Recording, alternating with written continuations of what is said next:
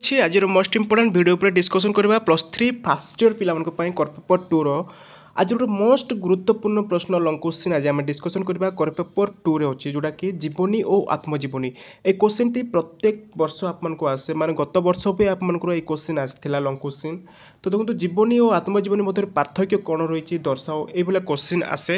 তো আমি আজর ভিডিওটি যে মানে +3 এবে মানে দেবে এক্সাম দেবে সেমিস্টার অছি আমার ডিসেম্বর সুদ্ধা আমার এক্সাম মানে ডিসেম্বর লাস্ট কিংবা নভেম্বর লাস্ট সুদ্ধা আমার কোণ সেমিস্টার এক্সাম বহু জলদি স্টার্ট হয়ে যাব। তেমনি এই কোশ্চিনটি মানে ধ্যান দিও যে মানে এবে +3 ফার্ষ্ট ইয়র পড়ুଛନ୍ତି বা এবে ফার্ষ্ট সেমিস্টার দেবে সেই এই কোশ্চিনটি তো আপনার গ্যারেন্টি লং কোশ্চিন পকাए। তো ଚାଲନ୍ତୁ ଭିଡ଼ିଓକୁ ଆମେ ଷ୍ଟାର୍ଟ କରିବା। ତା ପୂର୍ବରୁ ଯଦି ଚ୍ୟାନେଲକୁ ନ ଆସିଛ ତାହେଲେ ଚ୍ୟାନେଲକୁ ସବସ୍କ୍ରାଇବ୍ କରିଦେବେ ଯାହାଫଳରେ କି ପ୍ରତ୍ୟେକ ଦିନ ଆମେ ଭଳିଆ କ୍ଲାସ୍ ଡେଲି ଆମେ କ୍ଲାସ୍ କରୁଛୁ। ଆଉ ଦେଖନ୍ତୁ ଚ୍ୟାନେଲକୁ ସବସ୍କ୍ରାଇବ୍ କରିବା ସହିତ ଆପଣ ଭିଡ଼ିଓକୁ ମଧ୍ୟ ଗୋଟେ ଲାଇକ୍ କରିଦିଅନ୍ତୁ। ଓକେ, ତ ଚାଲ ଭିଡ଼ିଓକୁ ଫଟାଫଟ ଷ୍ଟାର୍ଟ କରିନେବା। ଆମେ ବୁଝିବା ଜୀବନୀ କ'ଣ ଏବଂ ଆତ୍ମଜୀବନୀ କହିଲେ କ'ଣ ବୁଝ। ତ ଦେଖନ୍ତୁ ପ୍ରଥମେ ଜାଣିବା ଜୀବନୀ ସାହିତ୍ୟ ଏକ ମୂଲ୍ୟବାନ ସାହିତ୍ୟ ସମ୍ପଦ। ଏହା ସାହିତ୍ୟିକ ଉପାଦାନରେ ଗଢ଼ା। ଜୀବନ ସାହିତ୍ୟ କଳ୍ପନାମୂଳକ ସାହିତ୍ୟ ନୁହେଁ, ଏଥିରେ ବାସ୍ତବ ଘଟଣା ବର୍ଣ୍ଣିତ ହୋଇଥାଏ। ଜୀବନୀ ସାହିତ୍ୟ ହେଉଛି ଯେଉଁଟା କଳ୍ପନାମୂଳକ ସାହିତ୍ୟ ନୁହେଁ, ଏଥିରେ ବାସ୍ତବ କ'ଣ ଘଟଣା ମଧ୍ୟ ବର୍ଣ୍ଣନା କରାଯାଇଥାଏ। ତ ଜୀବନ ସାହିତ୍ୟ ଜୀବନର ଘଟଣା ବାଟ ଘାଟ ପ୍ରତିଘାଟ ସଫଳତା ବିଫଳତା ଗତି ପ୍ରକୃତି ଘଟଣା ଦୁର୍ଘଟଣା ଇତ୍ୟାଦିର ବର୍ଣ୍ଣନା ବହନ କରିଥାଏ। ତେଣୁ ଜୀବନୀ ସାହିତ୍ୟ ଅତ୍ୟନ୍ତ ଗୁରୁତ୍ୱପୂର୍ଣ୍ଣ। ମାନେ ଜୀବନୀ ସାହିତ୍ୟ ଯଦି ଆମେ କହିବା ପ୍ରତ୍ୟେକଟି ଯାହା ବି ଆମେ ଘଟୁଛି ମାନେ ବିପଦ ଘଟଣା ଯାହା ବି ବାଟ ଘାଟ ପ୍ରତିଘାଟ ସଫଳତା ବିଫଳତା ପ୍ରତି ପ୍ରଭୃତିର ଘଟଣା ଦୁର୍ଘଟଣାକୁ ଯଦି ଆମେ ବର୍ଣ୍ଣନା କରିଥାଉ ତାହାକୁ ଆମେ ଜୀବନୀ ସାହିତ୍ୟ ବୋଲି କହିଥାଉ। ତ ଜୀବନୀର ସଂଜ୍ଞା ଦେଖିବା ଆମେ। ଜୀବନୀର ସଂଖ୍ୟା କାହାକୁ କୁହାଯାଏ ଏଇଟା ଆପଣଙ୍କର most important question short question ମଧ୍ୟ ଆସେ। ଦେଖ କୌଣସି ଏକ ମହାନ ବ୍ୟକ୍ତି ଜୀବନ ବା ନିଜ ଜୀବନର କଳାତ୍ମକ ପ୍ରକାଶ ହିଁ ଜୀବନ ସାହିତ୍ୟ। ଏହା ଜୀବନ ଇତିହାସର ଘଟଣା ବା କାହାଣୀର ବର୍ଣ୍ଣନା ନୁହେଁ, ଏହା ଜଣେ ବ୍ୟକ୍ତିଙ୍କ ଜୀବନରେ ଘଟି ସାରିଥିବା ଘଟଣା ପ୍ରଭାବ ମନରେ ପ୍ରକାଶ। ତେବେ ଜଣେ ମହାନ ପୁରୁଷ ପ୍ରତି ଭବନ ବ୍ୟକ୍ତି ପ୍ରଭୃତିଙ୍କ ଜୀବନୀ ବା ଜୀବନର ଚରିତ୍ରକୁ ଅନ୍ୟ କେହି ଲିପିବଦ୍ଧ କଲେ ତାହାକୁ ଜୀବନୀ ଭାବରେ ପରିଚିତ ଏବଂ କୌଣସି ବ୍ୟକ୍ତି ନିଜର ରଚିତ ନିଜେ ଲିପିବଦ୍ଧ କଲେ ତାହା ଆତ୍ମଜୀବନୀ ଭାବରେ ପରିଚିତ। ତ ଏଇଠି ଆପଣମାନେ ବୁଝନ୍ତୁ ଜୀବନୀ ଆତ୍ମଜୀବନୀ ତାର ପାର୍ଥକ୍ୟ କ'ଣ ରହିଛି। ତ ଦେଖ ଯଦି ଜଣେ ମହାନ ପୁରୁଷ ପ୍ରତି ଭବନ ବ୍ୟକ୍ତି ପ୍ରଭୃତିଙ୍କ ଜୀବନୀ ବା ଜୀବନ ଚରିତ୍ରକୁ ଅନ୍ୟ କେହି ଲିପିବଦ୍ଧ କଲେ ତାହା ଜୀବନୀ ଭାବରେ ପରିଚିତ। ମାନେ ଦେଖ ଜୀବନୀ ଯଦି ଜଣେ ବ୍ୟକ୍ତି ଅନ୍ୟ କାହାର ଜୀବନୀ ବିଷୟରେ ଯଦି ସେ ରଚନା କରୁଛି ତାହାକୁ ଆମେ ଜୀବନୀ ବୋଲି କହିପାରିବା ହେଲା। ତ ଏଠାରେ କୁହାଯାଇଛି ତାହା ଜୀବନୀ ଭାବରେ ପରିଚିତ। ଏବଂ କୌଣସି ବ୍ୟକ୍ତି ନିଜ ଜୀବନର ରଚିତ ନିଜେ ଏବଂ ଯେଉଁ ବ୍ୟକ୍ତି ମନେକର ପ୍ରଥମ ପୁରୁଷ ରାମ, ସେ ରାମ ତାଙ୍କ ବିଷୟରେ ହିଁ ସେ ଯଦି ରଚନା କରୁଛି ତାଙ୍କ ଜୀବନୀ ବିଷୟରେ ତାହାକୁ ଆମେ ଆତ୍ମଜୀବନୀ ବୋଲି କହିଥାଉ ହେଲା। ସେ ଯଦି ନିଜ ଜୀବନ ପରିଚିତ ନିଜେ ଲିପିବଦ୍ଧ କଲେ ତାହାକୁ ଆମେ ଆତ୍ମଜୀବନୀ ଭାବରେ ପରିଚିତ ବା କହିଥାଉ। ତ ଏଇଟା ଆମର ମୋଷ୍ଟ ଇମ୍ପୋର୍ଟାଣ୍ଟ ବୁଝିବାକୁ ପଡ଼ିବ ଯେଉଁଟାକି ଜୀବନୀ କହିଲେ କାହାକୁ ବୁଝେ, ଆତ୍ମଜୀବନୀ କହିଲେ କାହାକୁ ବୁଝେ। ଯେଉଁଟା ବାୟୋଗ୍ରାଫି ଏବଂ ଅଟୋବାୟୋଗ୍ରାଫି ଏଇଟା ମାନେ ବୁଝନ୍ତୁ। ମାନେ ଆତ୍ମଜୀବନୀ ମାନେ ନିଜ ଜୀବନ ବିଷୟରେ ଯାହା ବି ମାନେ ରଚନା କରୁଛୁ ତାହାକୁ ଆମେ ଆତ୍ମଜୀବନୀ ବୋଲି କହିଥାଉ ହେଲା।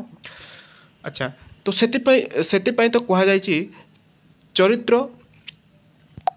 ଚରିତ୍ର ଜରିଆରେ ଲେଖକଙ୍କର ଆତ୍ମପ୍ରକାଶ ଚରିତ୍ର ସହିତ ତାର ଭାବାତ୍ମକ ସମ୍ପର୍କ। ଚରିତ୍ର ସାହାଯ୍ୟର ବଳିଷ୍ଠ ବିଭବ ହେଉଛି ଜୀବନୀ ବ୍ୟକ୍ତି ଜୀବନର ଯାହା କାହାଣୀ ଏକ ସାହିତ୍ୟ ଶୈଳୀରେ କୌଣସି ରଚୟିତାଙ୍କ ଦ୍ୱାରା କଥିତ ହେଲେ ତାହା ଜୀବନର ସହିତରେ ମର୍ଯ୍ୟାଦା ଲାଭ କରିଥାଏ। ତ ଚରିତ୍ର ହିଁ ଚରିତ୍ରର କେନ୍ଦ୍ରବିନ୍ଦୁ। ଚରିତ୍ର କେବଳ ଚିତ୍ର ବା ଚିତ୍ର କେବଳ ସମାହାର ନୁହେଁ, ତାହାଠାରୁ ବହୁତ ଅଧିକ କଥା ବିଷୟରେ ସମାହାର। ତ ତାର ସ୍ୱରୂପ ଦେଖନ୍ତୁ ପ୍ରକୃଷ୍ଟ ଜୀବନୀ କାହାଣୀ ଏକ ରମ୍ୟ ସାହିତ୍ୟ ସୃଷ୍ଟି। ଏହା ବ୍ୟକ୍ତିର ପରିଚୟ ଦେବା ସଙ୍ଗେ ସଙ୍ଗେ ଗୋଟିଏ ଜାତିର ଗୌରବୋଜ୍ଜଳ ଅତୀତକୁ ମଧ୍ୟ ଚିହ୍ନାଇଥାଏ। ଇତିହାସର ଘଟଣାକୁ ଦିଆଯାଏ କିନ୍ତୁ ଜୀବନକୁ ଚରିତ୍ରକୁ ପ୍ରାଧାନ୍ୟ ଦିଆଯାଏ। ଜୀବନ ସାହିତ୍ୟରେ ଥାଏ ଜୀବନ ଇତିହାସ କିନ୍ତୁ ନୀରବ ଇତିହାସ ନୁହେଁ।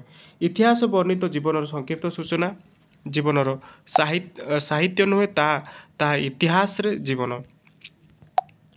ସାହିତ୍ୟ ଏକ ଉତ୍ତମ ସାହିତ୍ୟ ଯେଉଁଥିରେ ଇତିହାସର ଆଭାସ୍ୱାର୍ଥ ଏବଂ ସାହିତ୍ୟିକ ଉପାଦାନ ଭରି ରହିଥାଏ। ଜୀବନ ସାହିତ୍ୟରେ କଳ୍ପନାର ସ୍ଥାନ ନଥାଏ, ଥାଏ ବ୍ୟକ୍ତି ଜୀବନର ସତ୍ୟ ପ୍ରତି ଉପାଦାନ, ତାହା ବାର୍ତ୍ତା ଓ କୃତିର ଇତିହାସ। ଏହା ତାର ସ୍ୱରୂପ ଆମେ ପଢ଼ୁଛେ। ନେକ୍ସଟ ଦେଖନ୍ତୁ, ଜୀବନ ସାହିତ୍ୟରେ ବ୍ୟକ୍ତି ଜୀବନର କୌଣସି ଘଟଣା ବିକୃତି କରାଯିବା ଉଚିତ ନୁହେଁ। ଚରିତ୍ର ଜୀବନ ନର ଘଟଣାକୁ କଳ୍ପନାର ସ୍ପର୍ଶ ଦେଇ ଯଥାଯଥ ଭାବରେ ସର୍ଜିତ କରିବା ଉଚିତ। ଜୀବନୀ ସାହିତ୍ୟରେ କୌଣସି ବ୍ୟକ୍ତି ଗୁଣକୁ ଯେପରି ଦର୍ଶାଇ ଦିଆଯାଏ ଶେଷକୁ ମଧ୍ୟ ସେହିପରି ଦର୍ଶାଇ ଦେବା ଉଚିତ। ଯଦି ଆପଣଙ୍କୁ ପ୍ରଶ୍ନ ଆସେ ଜୀବନୀ ଓ ଆତ୍ମଜୀବନ ତାର ସ୍ୱରୂପ ଆଲୋଚନା କର କହିଲେ ଆପଣ ଏଇଭଳିଆ ପଏଣ୍ଟ ଦେଇ ଲେଖିବେ। ତ ଜୀବନୀ ସାହିତ୍ୟ ପାଠକ ଆଗରେ ଅତୀତକୁ ସଜୀବ କରିଦିଏ। ବ୍ୟକ୍ତି ବିଶେଷଙ୍କ ସତ ଗୁଣାବଳୀକୁ ଉତ୍ତର ପୁରୁଷ ଆଗରେ କ'ଣ ବାଡ଼ି ଦେବ ଦ୍ୱାରା ତାକୁ ଅନୁପ୍ରାଣିତ କରେ। ନେକ୍ସଟ ଦେଖନ୍ତୁ, ଉପସଂହାର। ଏତିକି ହିଁ ଆପଣଙ୍କର ଥିଲା। ଯଦି ସଂଜ୍ଞା ସ୍ୱରୂପ ଆସୁଛି ତାହେଲେ ଏଇଭଳିଆ ଏତିକି ଲେଖିବେ। ଉପସଂହାର ଲେଖିବେ। ଦେଖନ୍ତୁ, ଜୀବନ ସାହିତ୍ୟରେ ଭାଷା ବର୍ଣ୍ଣିତ ଶୈଳୀ ସରଳ ଓ ଭାଷା ସ୍ୱାଭାବିକ ହେବା ଉଚିତ। ଫଳରେ ଏହାର ସାହିତ୍ୟିକ ମୂଲ୍ୟ ବୃଦ୍ଧି ପାଇବା ସହିତ ପାଠକ ସ୍ୱୀକୃତି ଲାଭ ମଧ୍ୟ ମିଳିଥାଏ। ବର୍ଣ୍ଣୀୟ ବ୍ୟକ୍ତିର ଦୋଷ ଦର୍ଶନୀୟ କଲେ ଜୀବନୀକାରଙ୍କର ପ୍ରାଣରେ ସମ୍ବେଦନଶୀଳ ରତ ରୁହେ। ଏହା ଦ୍ୱାରା ଜୀବନ ରଚିତ ମର୍ଯ୍ୟାଦା ବୃଦ୍ଧି ପାଇଥାଏ। ତ ବୁଝିପାରିଲେ, ଏଇଟା ଆପଣଙ୍କର ମୋଷ୍ଟ ଇମ୍ପୋର୍ଟାଣ୍ଟ ଥିଲା, ଯେଉଁଟାକି ଜୀବନୀ ଓ ଆତ୍ମଜୀବନୀ ମଧ୍ୟରେ ପାର୍ଥକ୍ୟ କ'ଣ।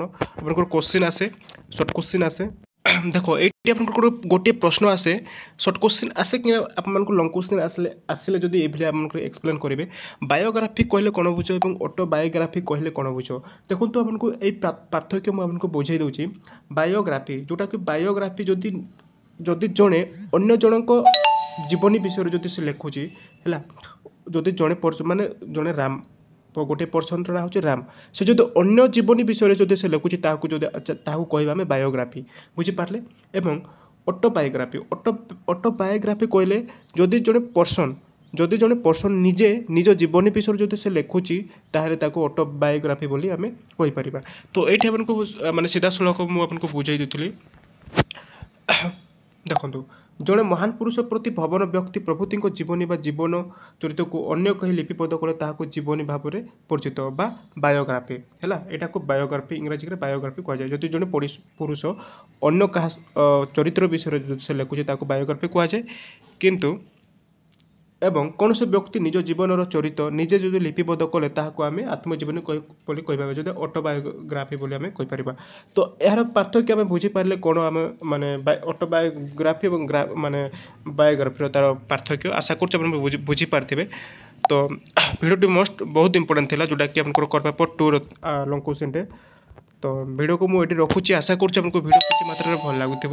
ଯଦି ଭଲ ଲାଗୁଛି ତାହେଲେ ଭିଡ଼ିଓ ଗୋଟେ ଲାଇକ୍ କରନ୍ତୁ। ଚ୍ୟାନେଲକୁ ନ ଆସିଥିଲେ ମଧ୍ୟ ଚ୍ୟାନେଲକୁ ମଧ୍ୟ ସବସ୍କ୍ରାଇବ୍ କରିଯାଆନ୍ତୁ। ଧନ୍ୟବାଦ।